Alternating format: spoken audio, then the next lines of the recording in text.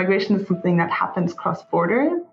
So we cannot only look at it from the very national context and how affected are we, how many people are coming, how many workers do we need. We need to look at the cooperation with many other countries and parts of the world, including those communities that people are leaving or wanting to leave or having to leave, and what's happening there. So it really touches foreign policy, development policy, integration policy on a national level, and bringing those two together is really what excites me and what I've been working on for the many years over the past. Where lust for a whole life and nothing but less makes people jump out of a comfortable pond into an unknown ocean. Welcome to that journey between the East and the West. Who says Rolling Stones don't gather moss? Hello everyone, I am Meenu Gupta, your host for the day, and I'm delighted to have you join me every week as amazing people share their incredible and inspiring life stories of straddling continents. Thank you.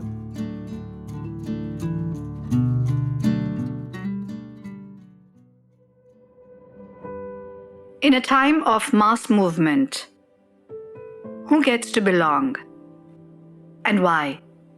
Today we stand at global crossroads where climate meets conflict and migration is no longer a distant crisis, but an everyday reality shaping our societies, our politics, and our future. Joining us today is someone who doesn't just observe these shifts, she's helping to redefine how we respond to them. Dr. Raffaella Schweiger is the director of the migration program at the Robert Bosch Foundation, one of Germany's most influential foundations, working at the intersection of migration, global governance, and societal transformation. From the war in Ukraine to climate-induced displacement, from the rise of fortress politics to the power of local communities in shaping welcoming societies, Raffaella's work connects the dots between policy and humanity. So this isn't just a conversation about migration, it's a conversation about the future of how we live together. The headlines in different parts of the world today, on 28th May 2025, read as follows. Some of them: Germany arrests minors over alleged attacks on asylum seekers and migrants. 9 EU states urge migration law rethink at Europe's top court. Harvard students protest Trump's university crackdown.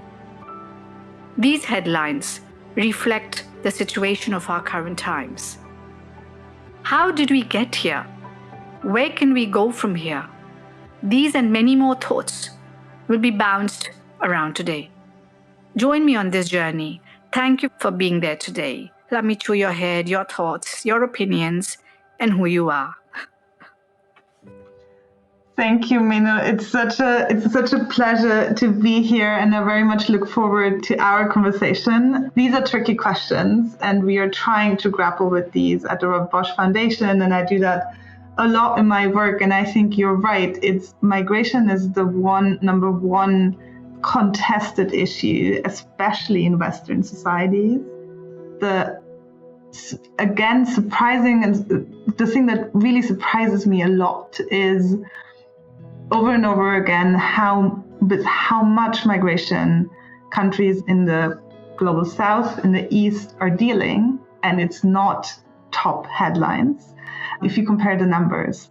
So it's also something that we need to put into a global perspective in terms of the mobility that's happening. And if you look at the numbers, how many people are actually living in another country than their own, it's only 3.7% of the global population. So we are still talking about a comparatively small number of people that are, in a way, making the headlines of countries that are supposed to deal with much bigger issues around climate, social cohesion, rising inequalities, and many other questions that are not, where migration is not the actual root cause if we look at it much closer. Yeah, yes. Oh, that's interesting. You've just flipped the coin. So what is the root cause? I mean, if you look at root causes of those questions and those issues that you had mentioned, I think we are talking about rising inequalities. We are talking about the climate crisis that is putting more and more people into these situations. We are talking about an increasing number of conflicts all over the world. We are also talking about identity politics and exclusion and who belongs. We are looking at crises in a lot of Western democracies that are very deeply rooted in the complexity of many of these challenges and also how to deal with these transformations that societies are seeing. From how do we move from an industrialized society to a green transition with so many disruptions that are happening to industry, to people's lives. And I think still, I mean, working on migration, it's important to have all that in mind when we are looking at the policies, the dramatic situations that many migrants or visa seekers are finding themselves in. And because you also want to talk about the future, what kind of system and way of mobility do we actually envisage for our world? And this is something that I'm missing in current debates, how free should movement be?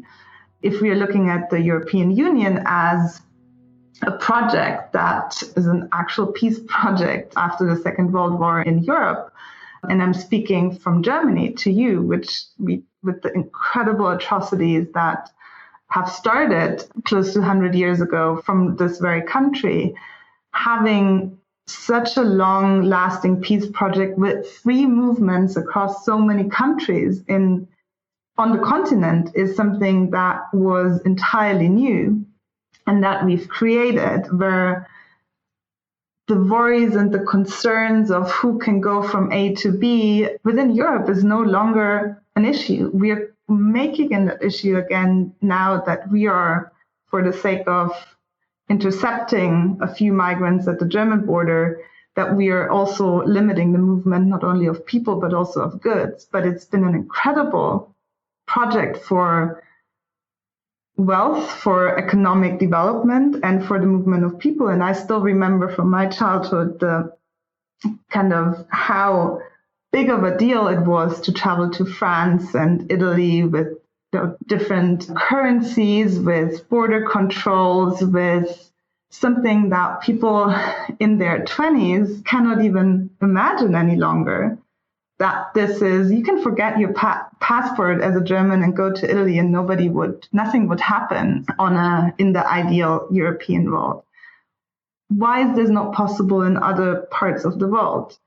Africa is really heavily working towards more free movement on the continent, which is an incredible project. And most of the migration that happens is for study, for work, for love, for so many things that are not related to forced migration that we are seeing in the headlines talking about. And it's a certain elite also that is very mobile across the world. And I think this is part of it. And Harvard is the best example, right? This is something that is being attacked, that is being criticized, and where visa policies, for example, are a tool to keep people from moving, from accessing certain forms of education and work. And it's affecting especially those from countries, and I'm speaking from a very privileged position here with a German passport, keeping a lot of people from accessing this better life, this very privileged life of being able to live elsewhere. I have a lot of questions which are now coming up. Before I go into them, you've been deeply engaged in shaping migration policy and discourse across borders. What first drew you to this field? It's an interesting question, what actually drew me to this. I think what I deeply cared about from a very young age is two things. One is civic participation and democracy. And the second is actually the question, how do we shape international cooperation and exchange? And migration is something that sits in between. And I started working on migration in 2015 when Germany received a large number of refugees, a comparatively large number, one has to say. And working on this brought so many things together that I really cared about, which, of course, on the one hand was this huge welcoming moment. It was such a civil society movement that we saw that made all this possible.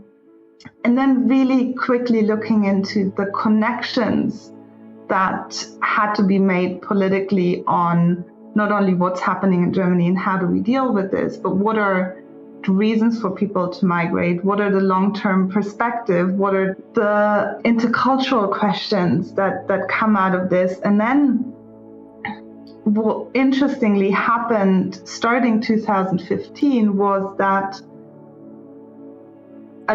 the topic of migration beyond refugees was never something that has been discussed at the UN. It was not welcome by many of those in power. They were afraid of, creating a new norms. And it was especially the Western countries, including Germany, who didn't want that. The 2015 moment has changed, and this brought this was when the Sustainable Development Goals have been negotiated, and it brought an entire wave of we need to do something at the multilateral level. There were a lot of brilliant minds who had been preparing this for many, many years. So global negotiations started to take place on migration and on refugees, resulting in two global compacts, one on migration, one on refugees in 2017 and 17-18. And this really brought me into working on this also academically and from the foundation side on the interconnectedness between the global level and what's happening in Germany and many other countries when it comes to welcoming societies. And I think it's important to bring those two together because migration is something that happens cross-border. So we cannot only look at it from the very national context and how affected are we, how many people are coming, how many workers do we need. We need to look at the cooperation with many other countries and parts of the world, including those communities that people are leaving or wanting to leave or having to leave and what's happening there. So it really touches foreign policy, development policy, integration policy on the national level. And bringing those two together is really what excites me and what I've been working on for the many years over the past. I will now go back to something you threw up a while ago, a thought. Because a lot of people, migration as a word is, as you also hinted on, is also become a point of geopolitics and power politics, choose whichever word.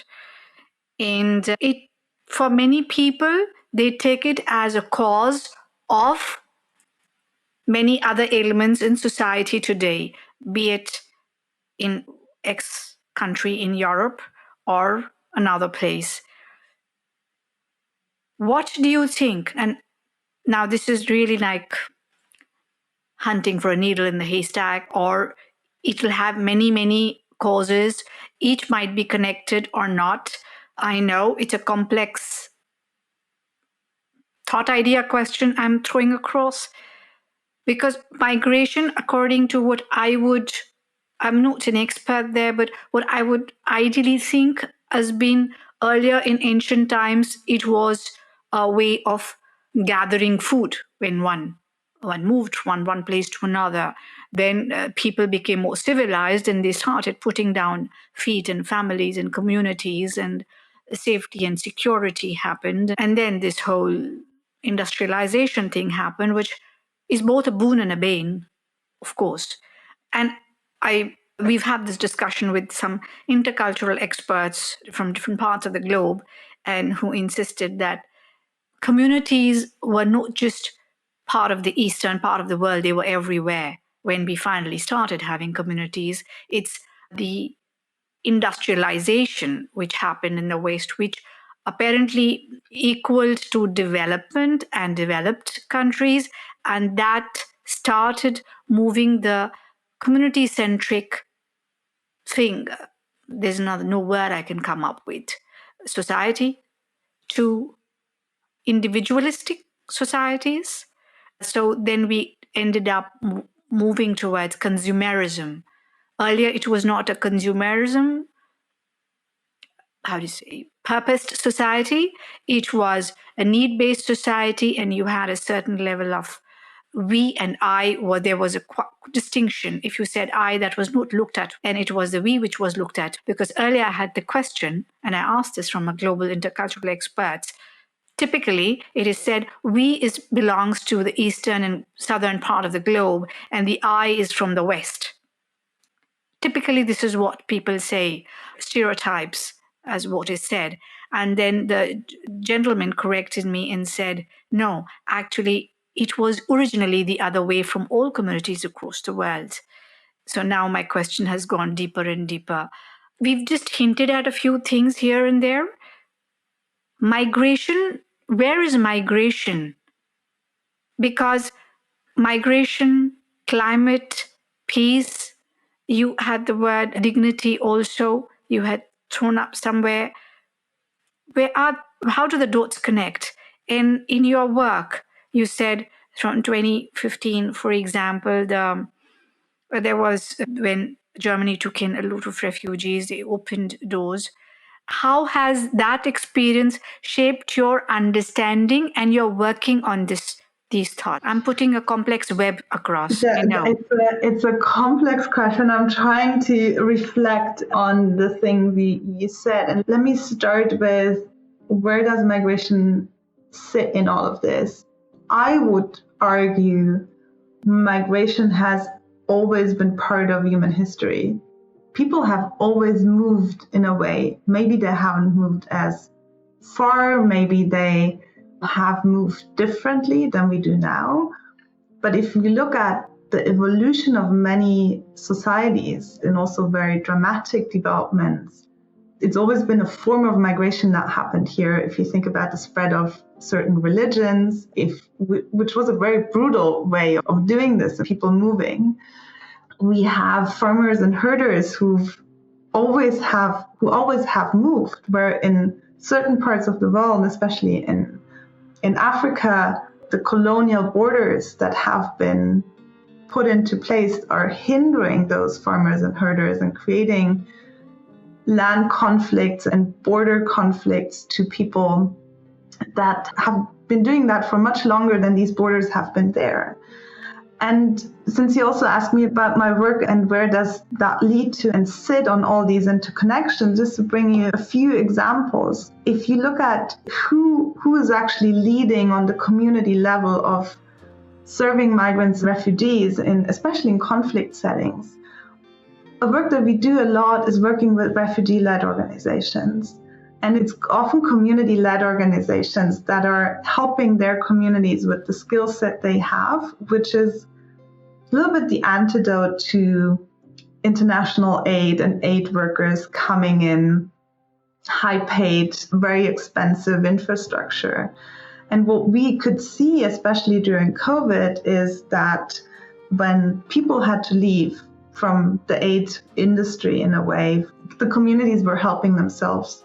They were all of a sudden be able to say, who is a teacher from the refugee community in that setting and can help? Who is a doctor? Who can provide with certain tools that they bring? And how do we organize ourselves? How do we bring our skills best into the community where we live now, be it a camp setting or an informal or city setting?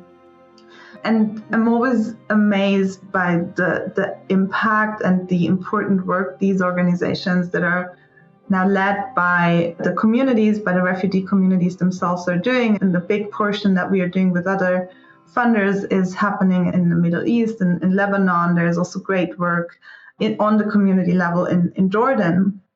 Or if you look at climate affected communities that are at risk of being displaced, where sea levels are rising, it's the communities who are getting themselves together, who are thinking about what's the best way for us to not be in a rapid displacement situation. So what can we prepare? What can we provide for our right to stay? And if we have to move, to support our communities to do that. And that's happening often on the city level, on the local level.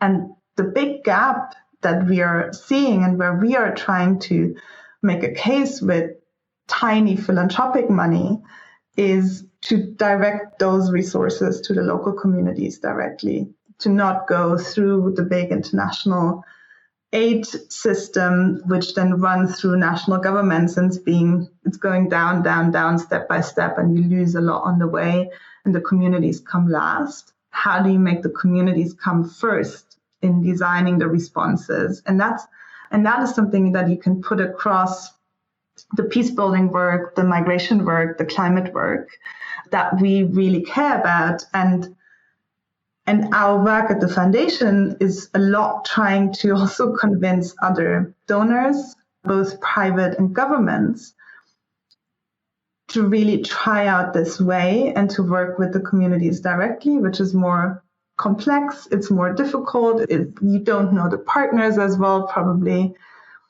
But something that we discussed in the preparatory conversation is also, it showcases a lot of opportunity of how to better invest money on these issues in a, not almost, but in a broken international system that we are seeing.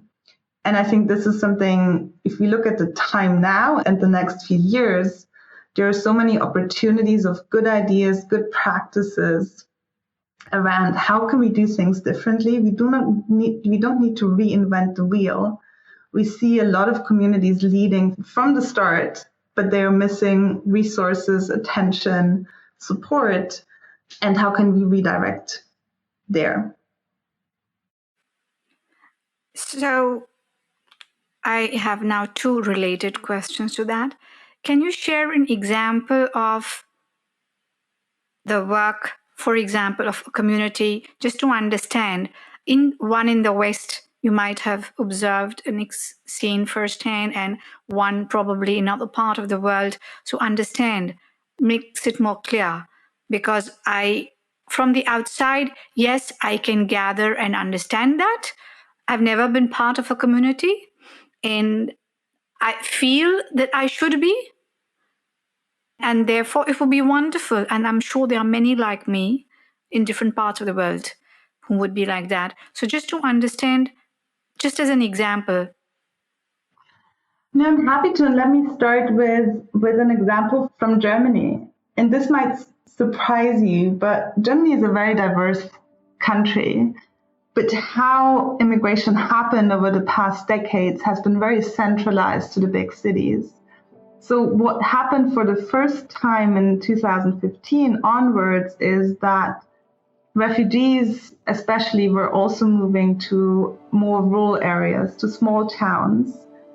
And we could see so many beautiful things happening in communities that didn't have that much experience with newcomers coming to their city in larger numbers, that we could see, new cafes opening up, new restaurants, new civil society groups would self-organize to help children learn the language, it's very, very basic support in the beginning. And then over the years, I just had met somebody again who I worked with in 2016, 17 in her city in Eastern Germany, and lost touch. The project and the work moved on. And she saw me and she was like, we are still doing the work. We have set up our strategy in our small city, this and the wider rural area.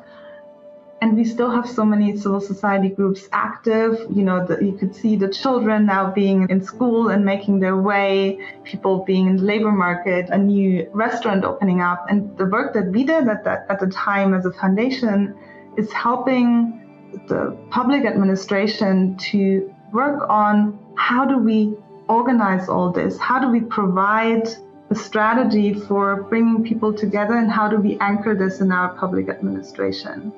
Because otherwise it's getting lost. You're not creating incentives any longer. So it's those tiny stories of connections that people are making through the work, the support we've given at the time that are really long lasting for both the newcomers and the communities. And then, you could pick examples in so many parts of the world, and it's our partners often who then do the local work that we fund and support. I think, what always amazes me is the work in Freetown in Sierra Leone, which is a city in West Africa, with an incredible mayor Ivona Kisoyer.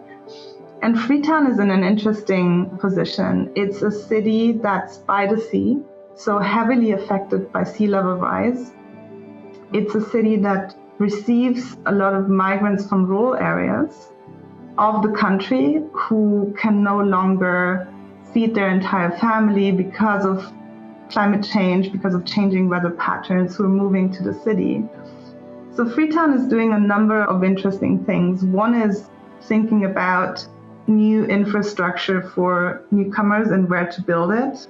Because of data that partners of ours had given them, they decided to build a new settlement somewhere else and not directly by the water, because they could see by projections that the water is going to rise higher.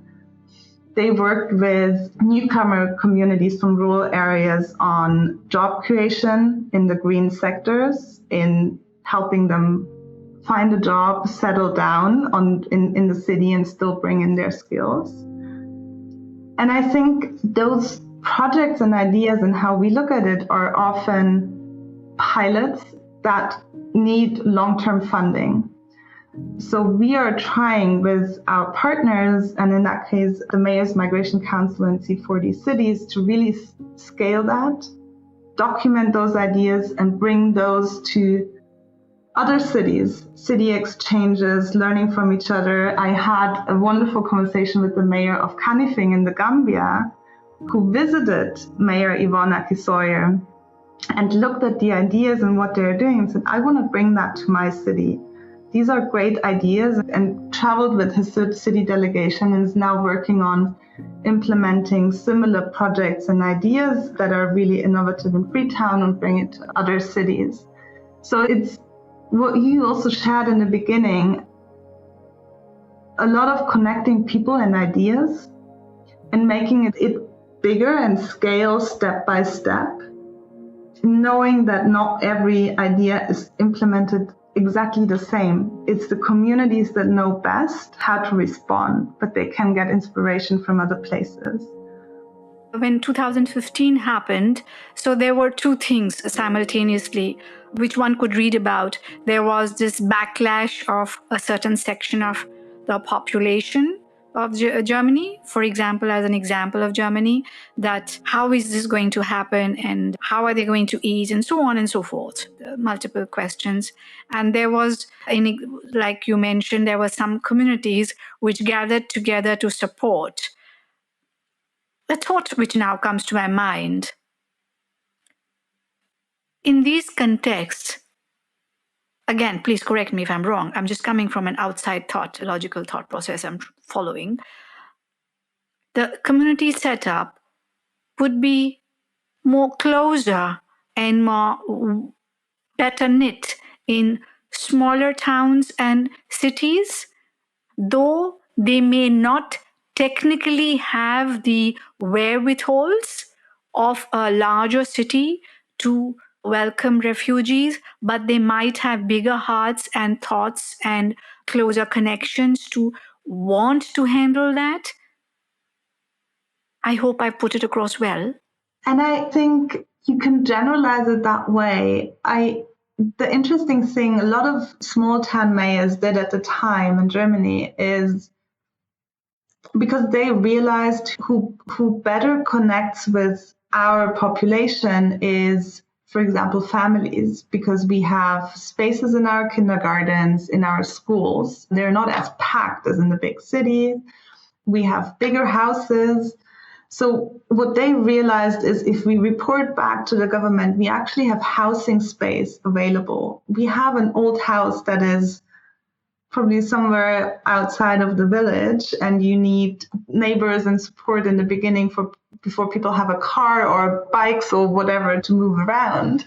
We can give a lot of available space. They also realized that young single people, and mainly men, but not only, they anyhow move to the cities as soon as they can, because this is where their communities are at. This is where they can access or have a lot of friends. Families don't need that as much. They don't need to be close to their groups as much as single people who arrive.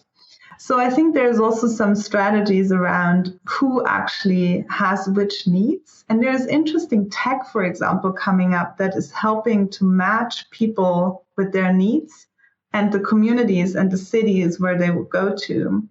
So there's interesting work being done in some German, but also Swiss federal states around what refugees that are coming to the country, what do they need? What skills do they have in terms of the labor market? Do they need schools? Do they need vocational training? What are their interests? Do they come from a rural area or do they come from a big city? And where is a good place for them to land at the end of the day for the first years in Germany? And I think this is a much better tool than distributing what we've done, people a bit randomly. And then you have people who really lack community support, not integrating well because they don't have access to and have to stay in the small town, and families finding themselves in a big city where they're like very, it's expensive, it's no space for the kids to play and all of these things. So it's very real life questions that people have to decide, and also that in at least Germany and some other European countries, the government for the first years for refugees decides where they're going. And I think we are getting better at that, calibrating those things. Interesting, because when you were mentioning, I remember now this is where technology marries a few other things. I had a chat with an organization in Canada, the Peace Geeks. So Jennifer Freeman, the CEO of Peace Geeks. And we also found something very interesting there, where they used technology to match the needs and wants of the migrants. Now, people who've moved in. Somehow it happened after a few months. I happened to speak by chance, to some of the migrants who'd actually moved to Canada, particularly from Afghanistan, when they were given refuge there. Because sometimes what happens when people, not sometimes, it definitely, when people are displaced, you, me, or any other person, is mobility because you want to. There's chosen mobility, and there is this forced mobility. And the forced mobility could be climate related or conflict/war related. Generally one of the two things, or a crisis or natural disasters which can happen. Now, when forced mobility happens, particularly, you're in a strange place. And what I understood now from the other side, which was very interesting from the people who spoke with me, was they, of course, appreciated whatever was being done. They were very happy that technology was trying to marry their needs and wants. And they also, of course, had difficulties in expressing, be it a language barrier, be it a cultural barrier. You sometimes in different cultures, you don't express what you really need because you feel that you are already imposing on the hospitality of the host country. They're being nice enough. They have opened their doors. They've taken you in, and you are imposing. So there was this veil, this unseen barrier that technology could not really overcome. And therefore, then there was this need to have people who are specialized in this to actually overcome these barriers, let's say intercultural experts, and who can probably speak the language, and even if they don't speak the language, they can understand how to go over the language barrier. And I think, and you're right, and that comes back to what I said in the beginning, is the voluntary mobility is the majority of people who move. The involuntary mobility, forced mobility due to climate disaster, conflict, and then there's also despair mobility that sits a bit in between, of people who don't really want to leave, but they feel the need to because they don't have perspectives where they live. That's a smaller number in percentage, but those are the cases where people are in really desperate situations, and the numbers are getting bigger and the situations are getting more long-term and more desperate. In both cases, when people arrive in new societies, and I think your example is so beautiful, it's not technology or process that's going to solve that. It's always communities that are welcoming, and there's communities from people's home country, oftentimes, who are the first helpers and supporters because they speak the language, they know their way around, they can bridge barriers, they can help sometimes translate. So it's also this beauty and support of already diverse societies that can embrace and support new people who are coming in. And also, we have here in Stuttgart, where the foundation has its headquarters, we have something beautiful that we helped set up also more than 10 years ago, which is a welcome center for all newcomers that move to the city. So no matter if I move from Berlin to Stuttgart, or if I move as a refugee from Afghanistan who's been through incredible pain and suffering in the journey of arriving here in the city, or if I'm a worker who moved from any part of the world to work for one of the big companies here in the region, I can go there and can get support. And they are not asking what brought you here. They're asking, how can we support you and what do you need? And they direct you to public services, to civil society groups who are interested in engaging with newcomers in the city. And the challenges of arrival, they might be at different depths, but they are always there for anybody who relocates within country, across borders for a number of reasons. And I think acknowledging that the number of people who are moving and who are mobile, and creating an infrastructure for that, and kind of starting initiatives that are helpful. There are so many. In Germany, at least, across the big cities, there are newcomer evenings where people who move newly to the city and feel lonely, they can come and meet new people because we are getting more mobile also here in the country. And I think that's beautiful because it's adjusting to a new reality and understanding of community, that it's actually not something special anymore to move and to be a newcomer, but you're meeting others who've been through a similar experience as you have. Now, coming to the next one, which is again in the same thread, but trying to understand the wrappings of that.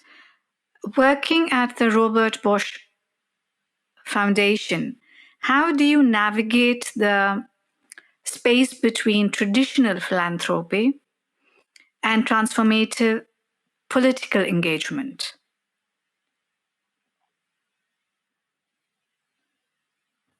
So the foundation is a traditional long-standing institution that is based in Germany with a history and ties to the Bosch company. And I think as many other philanthropies, we are at a point where we are thinking a lot about our role, and where also roles of philanthropies are being more contested in the space out there. And I wouldn't say there is traditional philanthropy in a traditional way, because if you know one philanthropy, you know one philanthropy. We are all so different in our setup, the role of our founders, what the goals are. So I think we are all really trying to find our place in the world and how we can contribute best. And I would say there are three things that really drive us in thinking through our role as philanthropy. One is there's nothing we can do alone.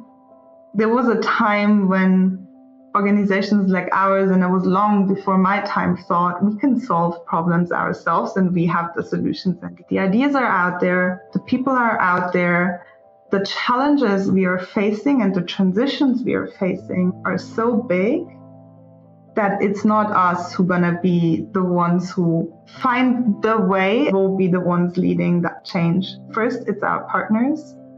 And we are trying to do as much as we can in collaborations with other philanthropies, with other donors, with other forms of investors that are not as traditional in grant making as we might be, who are investing in ideas in a different way, who are probably insurance companies or who are coming from a very different angle on how to bring their assets to the table. So one is collaboration. We can't do it alone. The second is issues are becoming so interconnected that our institutions, speaking of government institutions, UN, are so still very much siloed looking at challenges.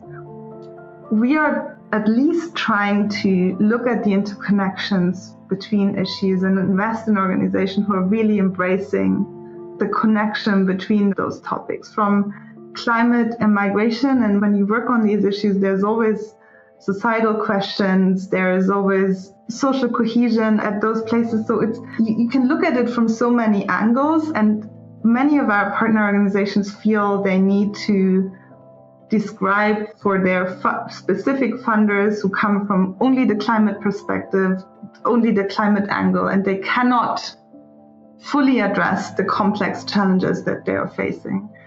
So being really the ones embracing those interconnectedness between those challenges and investing in organizations and partners who do so. And the third is and that's my personal perspective on our work, is we cannot solve the problems of today and tomorrow and the political disruptions and the big challenges we have. The contribution that we can make is investing in people, in organizations, in systems that prepare us for the next decade and more. Strengthen people who stand up for diversity, for equity, for belonging, for adapting to what's coming because of the climate crisis in new ways, and also strengthen their resilience so that they are ready for also what's coming, which also means hopefully as good as we can as an organization being a reliable partner in a field that is really, really breaking apart when we look at the huge funding gaps that we are seeing in the space due to USAID cuts, but also many other governments cuts, and also philanthropies pulling out of many of the issues that we are working on. Europe continues to wrestle with how to build truly inclusive societies. What's missing in the way we think of integration? Dear listeners, you were listening to the first part of the episode with Raffaella Schweiger. Join me in the second part to listen to our answer on integration. Stay tuned to our series Between the East and the West. And do not forget to drop us your feedback. We'd love to hear from you. Thank you for listening.